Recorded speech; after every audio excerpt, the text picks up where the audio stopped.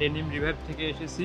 আমাদের মূলত কাজ হইতেছে ডেনিম ফেব্রিক্স, যেটা ইন্ডিগো ডাই মানে সেলভেজ ডেনিম, যে ডেনিমগুলো জাপানিজরা বেশিরভাগ ব্যবহার করে,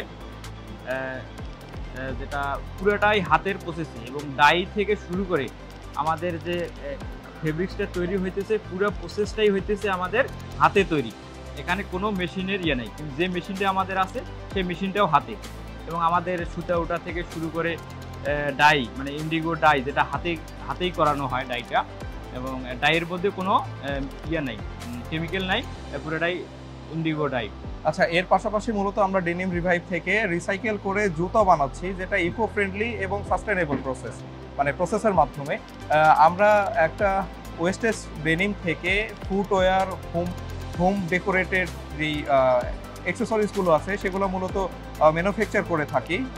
এটাই মূলত আমাদের কাজ, সাস্টেনেবল প্রসেস এবং ইকো ফ্রেন্ডলি বানানো আর কি। আমরা মূলত এক্সিবিশনে এসেছি, এর মাধ্যমে আমরা নতুন বায়ারের সাথে পরিচিত হতে পারছি, আমাদের প্রোডাক্টটা মানুষের কাছে পৌঁছায় দিতে পারতেছি, পরিচিত করাইতে পারতেছি, এবং আমরা মনে করছি এই এক্সিবিশন আমাদেরকে অনেকভাবে হেল্প করছে বায়ার পর্যন্ত পৌঁছাইতে। আমরা মেলায় ফার্স্ট টাইম এসেছি, আমরা এর মাধ্যমে আমাদের ব্র্যান্ড ইমেজটাকে একটু লার্জ করতে পারছি এবং ভবিষ্যতেও আমরা এই ধরনের মেলায় পার্টিসিপেট করবো ইনশাআল্লাহ।